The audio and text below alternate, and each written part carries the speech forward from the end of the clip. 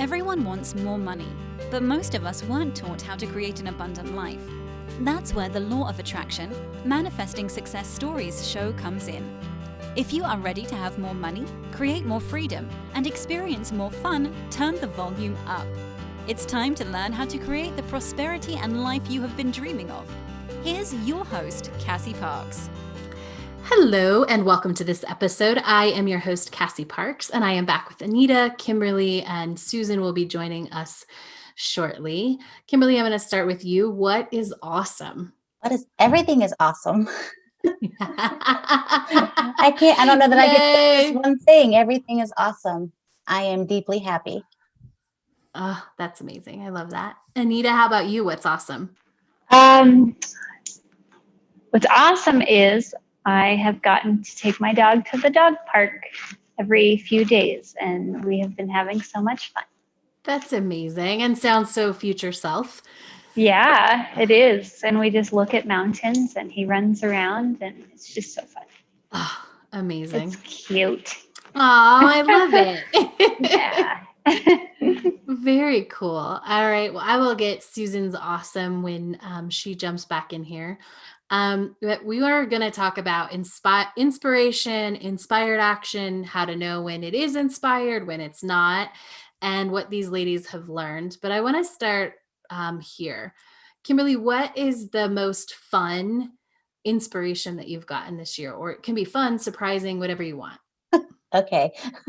I still laugh about this one. And I still kind of shake my head at it.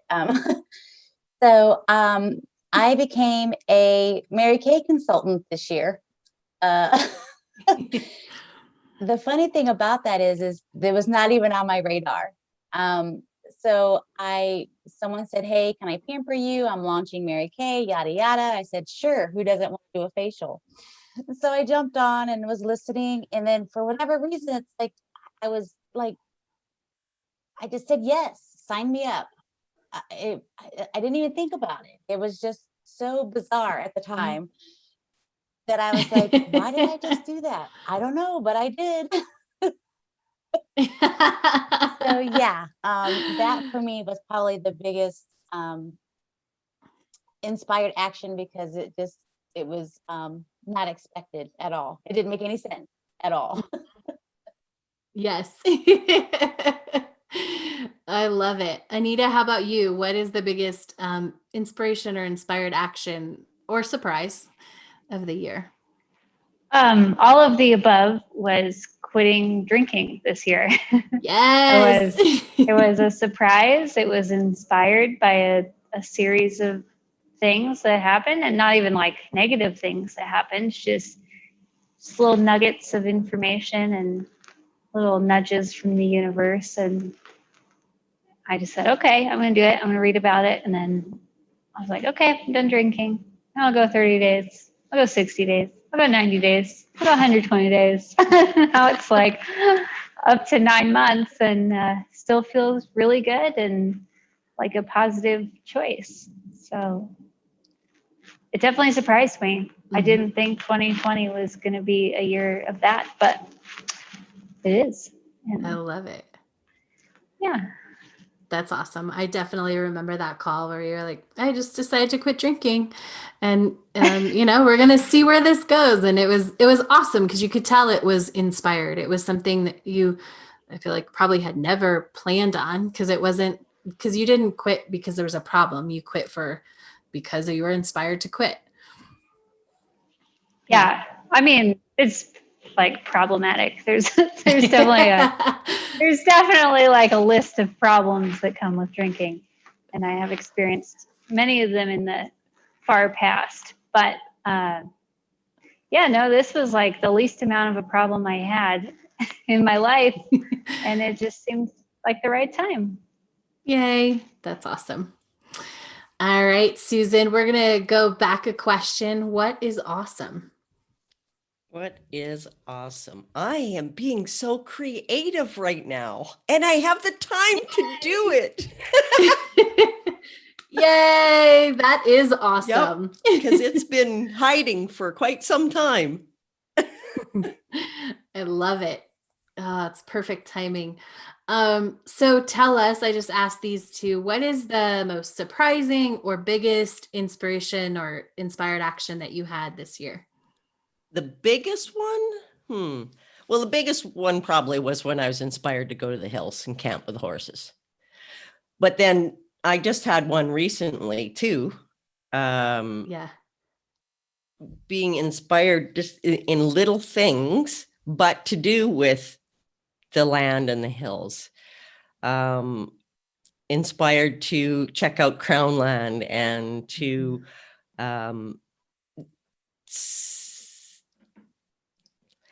and I was really inspired when I hiked that piece of land because I was going to do a blessing ceremony, but it didn't feel right. So I didn't do it. I didn't go, come on, you should do this. I didn't do that. I left it and then went back again a few days later and hiked this other piece. And I had a thought, just let go of it all. Like all of it, like even here. I mean, check it out, because I was inspired. As soon as I got home, I wrote down the number. I'm going to call them. But it was, it doesn't matter where it is. If I'm the one who's thinking there's only hills and rivers there. And the thought was, well, then I rationalized it because, well, it's the closest to Winnipeg because it's only an hour and a half. And so it's convenient. But I'm going, but I think the universe knows all the places in the world and it can find me the perfect place for me. And so I really just, I have so much fun when I'm out there, but I think I finally allowed it to just the attachment to an outcome of where it should be to leave. And I don't know if that's inspired action. It was an inspired thought. I don't know. Yeah. Yeah, it was definitely inspiration seeing it, right? Like, oh, you can be inspired to let go, or it's time to let go and allow this. And I love that because I actually this is the first time I'm sort of hearing about that let go of the area. And I totally make sense why all this is opening up, because it has, even if it was us using the law of attraction, there still has been that piece of, but it has to be here, but let's control this part, right?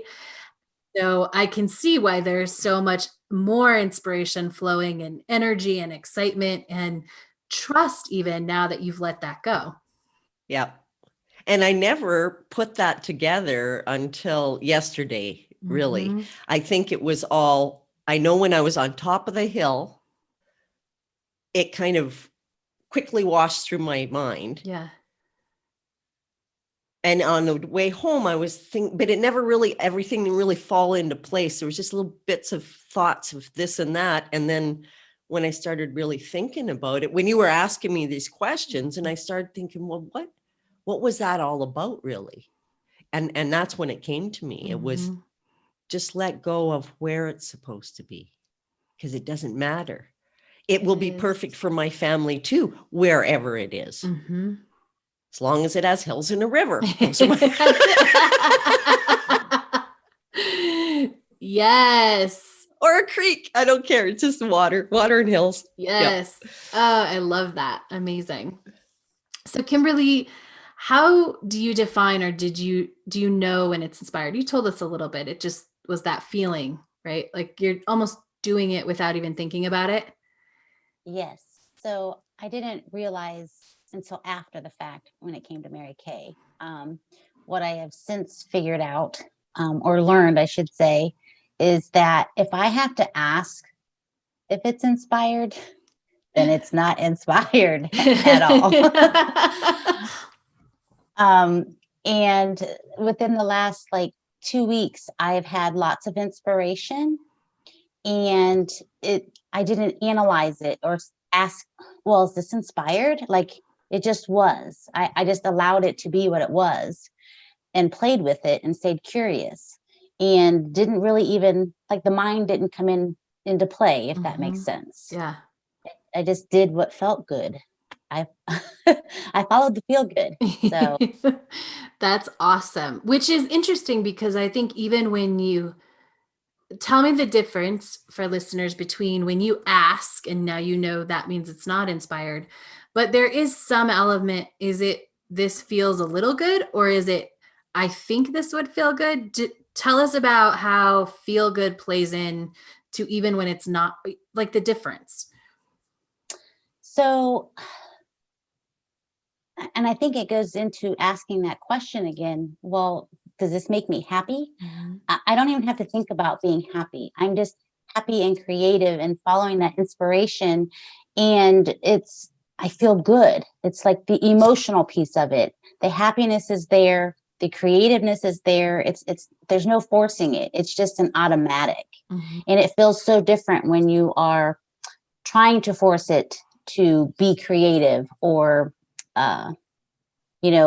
asking again, is this fun? Am I having fun? You don't ask yourself those questions. You're just doing it and you're in the moment. Does that explain it a little bit better? A little bit, yeah. What do you think? Because I want to give listeners this. So when you would bring a question and you in like, is this inspired? What was there feelings, but was it not feeling happy or good, but you wanted it, or was it a should? I think for me, part of it was trusting. I was navigating, trusting what feeling inspired felt like. Yeah. Because I hadn't felt it before, or if I had felt it before, I didn't recognize that that's how it felt. So I was still learning and navigating, feeling the difference between feeling inspired or being inspired versus, am I really inspired? Because of the story of chasing things, I have lots of ideas that come to me all the time. So, it's, do I chase this one or do I chase that one? And I don't chase anymore. So and I've learned that when it's inspired, I do it.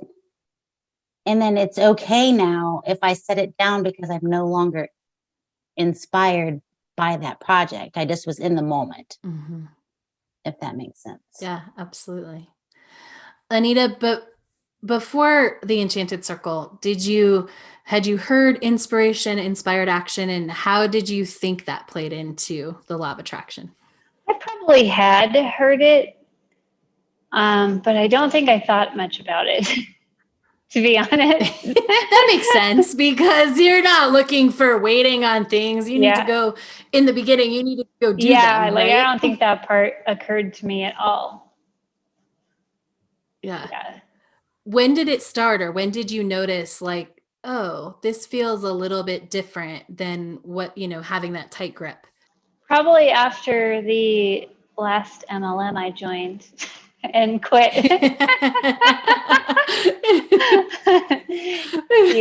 Then it was really starting to click, like, okay, you're still grasping at things and not really listening to is this something I want, or is this just something I could do? And I have, like Kimberly, I've got so many ideas, and I've learned to now ask myself, first of all, is this just something that I know that I could do because I feel confident that I could do many things? Or do I actually want to do this? Yeah. I love that. Yeah. That's awesome. Very cool. And Susan, how were you aware of inspired action, inspiration? Did you think it played into LOA? I think so. Yeah. I have studied LOA for probably 20 years, but I catch things way quicker now in the last couple of years, like of what not to do. I remember lots of times in my life that I did follow inspired action and I knew, and everything just fell into place, so I don't know that I thought that that's what inspired action was, but I always knew that when things are like that, it's working out, you're on the right track, you know? Mhm. But now I can catch myself quite quickly.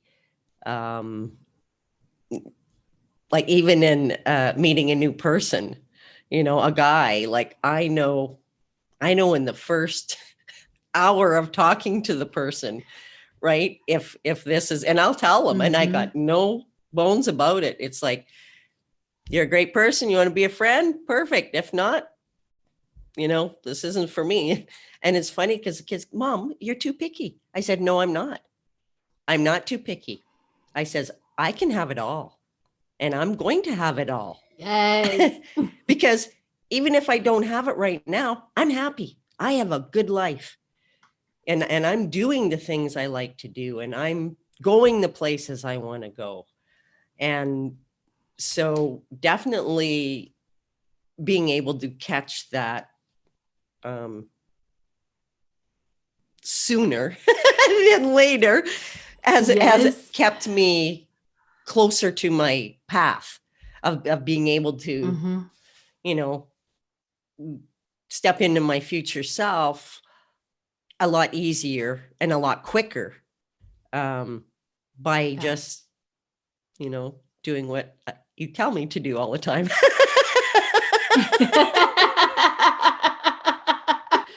Just gently nudging you back to the path. And and it's just awesome having, you and all the girls, that is inspiration alone, this whole group, and these interviews, it just makes such a huge difference that I want to share it with everybody. So you need to join the Enchanted Circle. Awesome. I love it. Awesome. All right. Anyone have any last thoughts or things that popped up they want to make sure to share on Inspired Action before we shift gears? Anita? I just wanted to add that I've also been investigating, does this feel easy? Because that has been a telltale sign of inspiration or not inspiration. Yes. When there's too many steps or it feels too complicated, it's like, no, that's not inspired. That's just me trying to how it again. Yes, I love that. I was just thinking the other day, like, there's too many steps to this. It's definitely not inspired. Yeah. Yeah. It's like, no, my life is easy, so that's not part of it. Yes.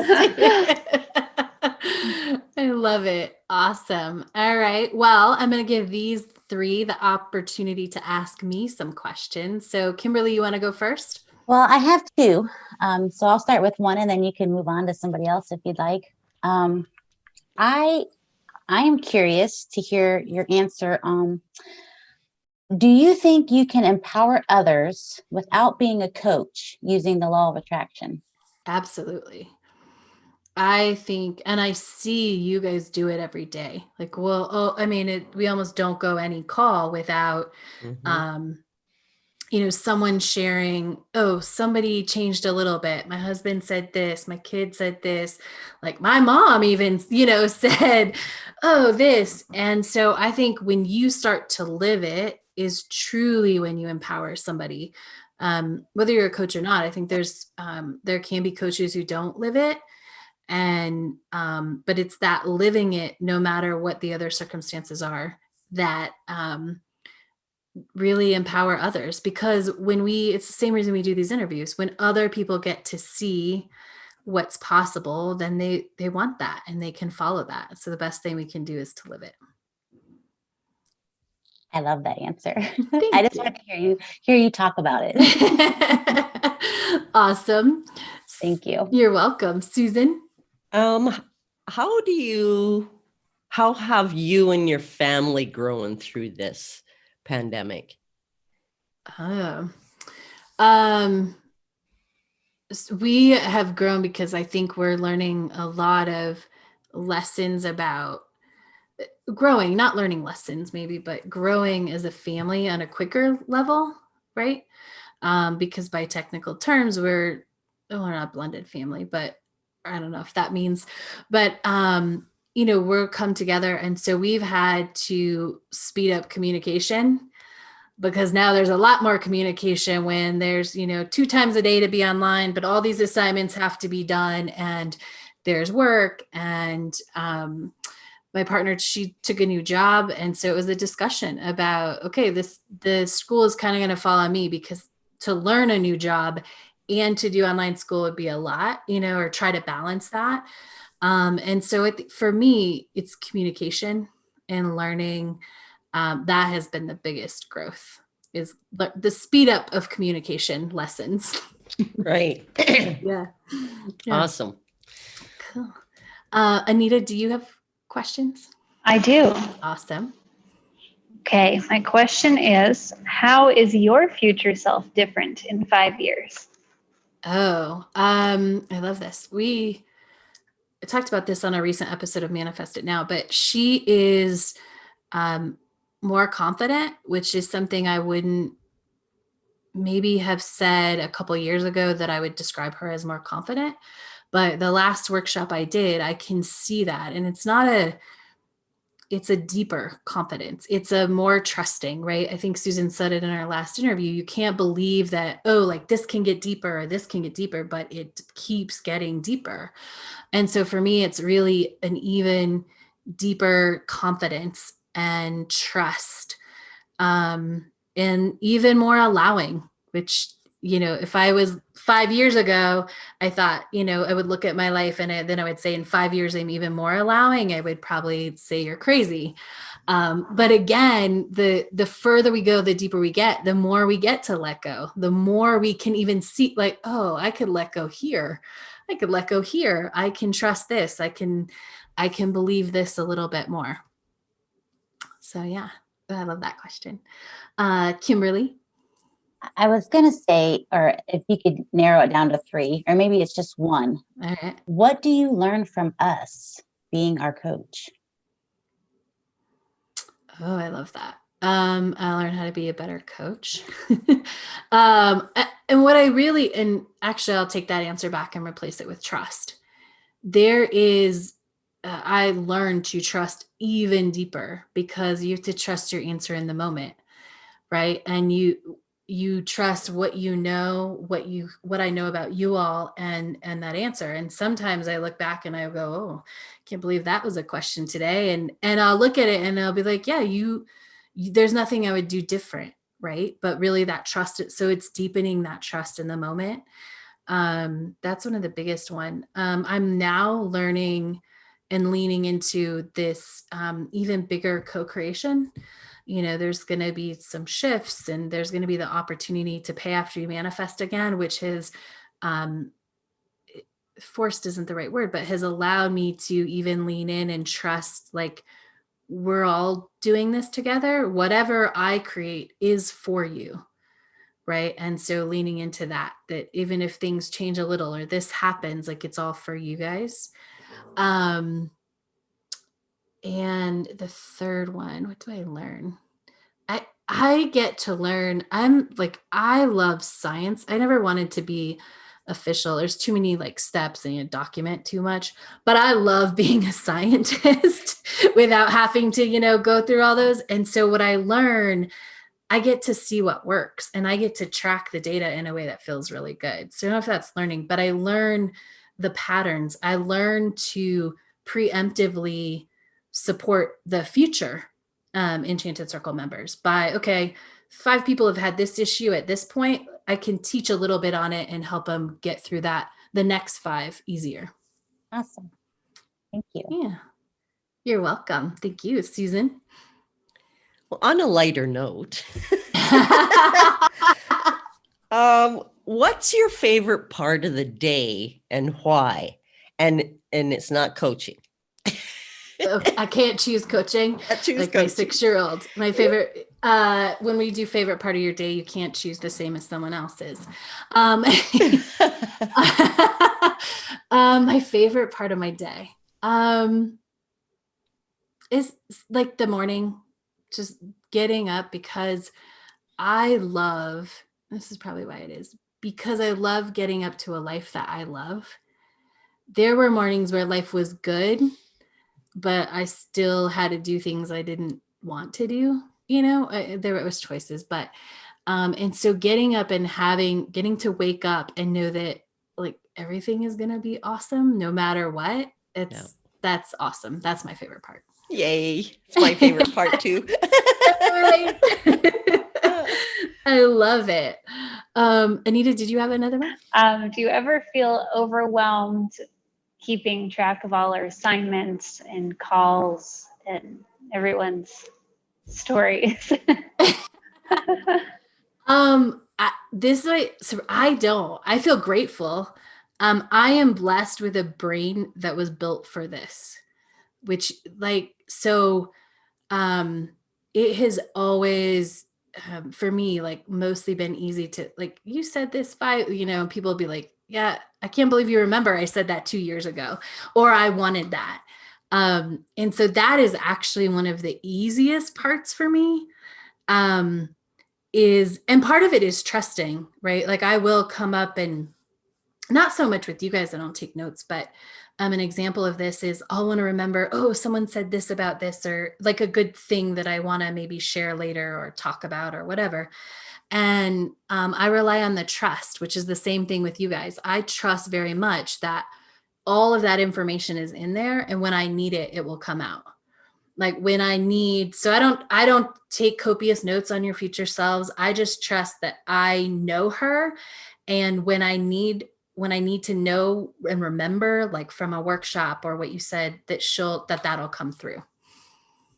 So it's actually one of my most fun parts. Any other questions? And they can be ones you guys added, whatever you want. Susan, did you have one? And then Kimberly? Yeah. I was just going to say, I forget what the question was, but I had written down here, or I thought I know, it's when Anita said about the MLM, when network marketing, their thing. And it's funny because when my wrists were so bad and that was inspiration too. I had asked for the universe to show me something, and these LifeWave patches came along, which is network marketing.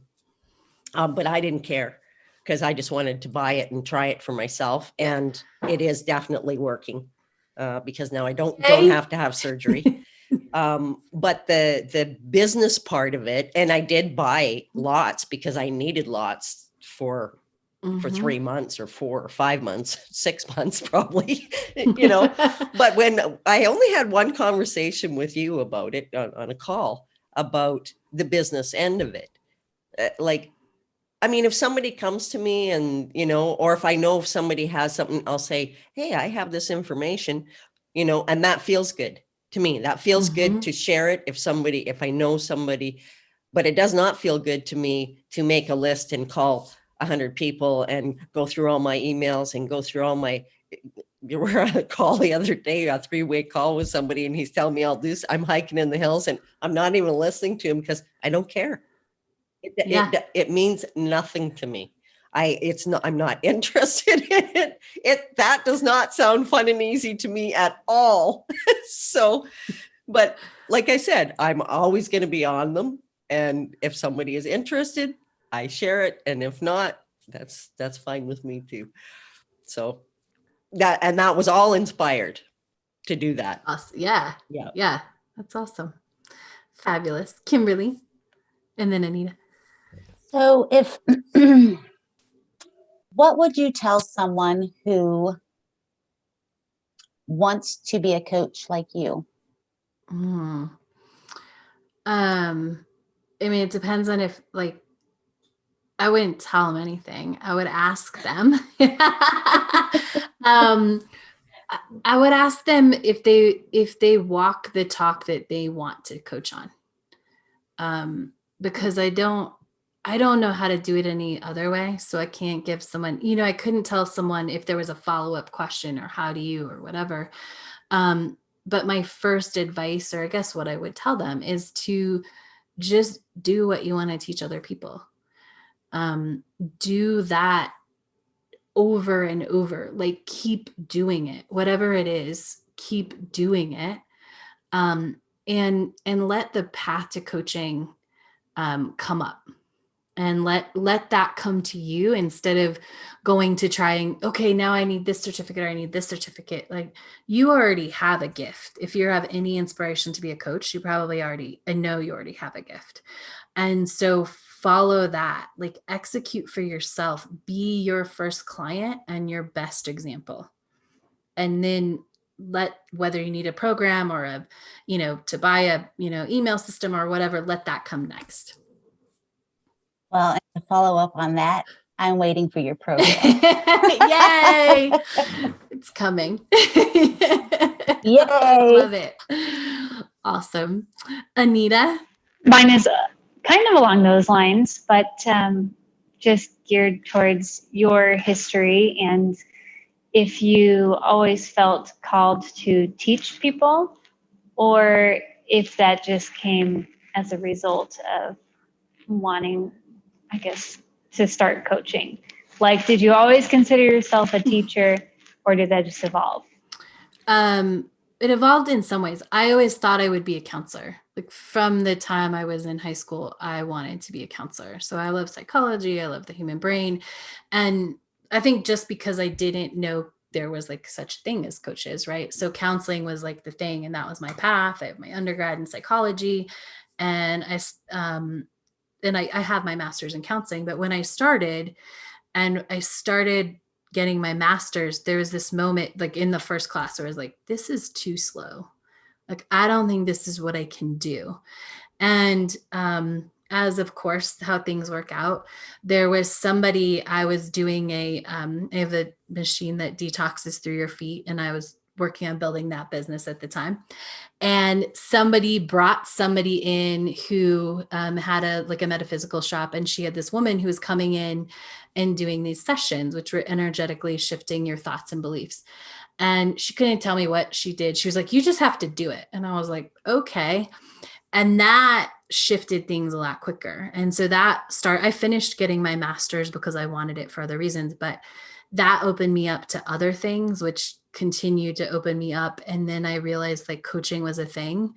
And so I always wanted to do something in that field, but I didn't know it would look like this. I couldn't have imagined it would be as good as this at that moment in time. That was a fun question. Thank you. Any other questions as we wrap up today? Burning follow-ups? Perfect. Well, Kimberly. I just want to say thank you. I love the Enchanted Circle and the women that are in there, Susan and Anita that are on here tonight. It has truly blessed and changed my life, and I'm forever grateful. Yay. I'm so glad you're here. Me too. Wouldn't be anywhere else but.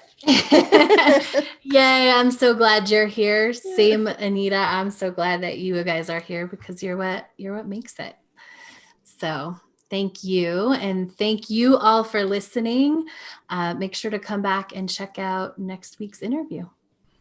I love helping people manifest money, because when you're learning to use the law of attraction, money is such a great tool. It gives such instant feedback. There's so many opportunities to see how the energy is flowing through you and where you might be getting tripped up or not allowing it to come in. So if you've had trouble manifesting in the past, you might want to use money as a way to learn how to use the law of attraction. Now, I have helped thousands of people manifest millions of dollars using my system Manifest 10K. And now I would love to invite you to join me complimentary and pay based on your success. You heard me right. You can join, get access to my very successful program, the Enchanted Circle, and most of all, my coaching for when you get stuck. And then you can pay me 10% of what you manifest after you're successful. If this sounds good to you, go to payafteryoumanifest.com to apply. That's payafteryoumanifest.com. Thank you for joining us on the Law of Attraction Manifesting Success Stories show. To learn how to attract more money into your life, go to your favorite book retailer and order Cassie's book, Manifest $10,000.